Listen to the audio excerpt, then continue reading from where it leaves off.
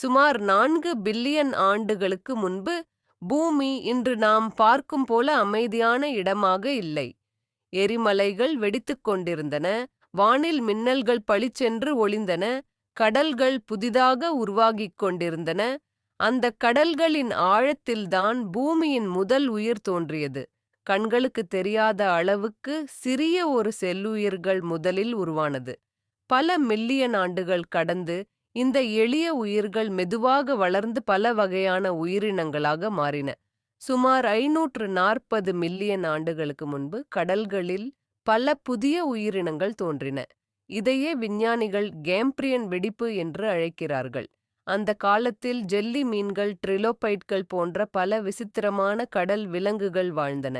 பின்னர் சில உயிரினங்கள் கடலில் இருந்து வெளியே வந்து நிலத்தில் வாழ ஆரம்பித்தன. அந்த ஆரம்ப உயிர்களிலிருந்துதான் இன்று நாம் காணும் பறவைகள், விலங்குகள் மற்றும் மனிதர்களும் கூட உருவாகினர்.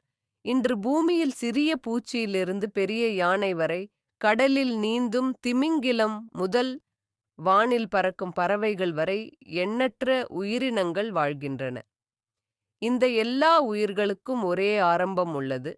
பல பில்லியன் ஆண்டுகளுக்கு முன்பு கடலில் தோன்றிய அந்த சிறிய உயிர்கள்தான். அதனால் உயிர்களின் வரலாறு என்பது பூமியின் மிகப்பெரிய மற்றும் அதிசயமான பயணமாகும். இந்த வீடியோ பிடித்திருந்தால் லைக், ஷேர் அண்ட் சப்ஸ்கிரைப் பண்ணுங்க.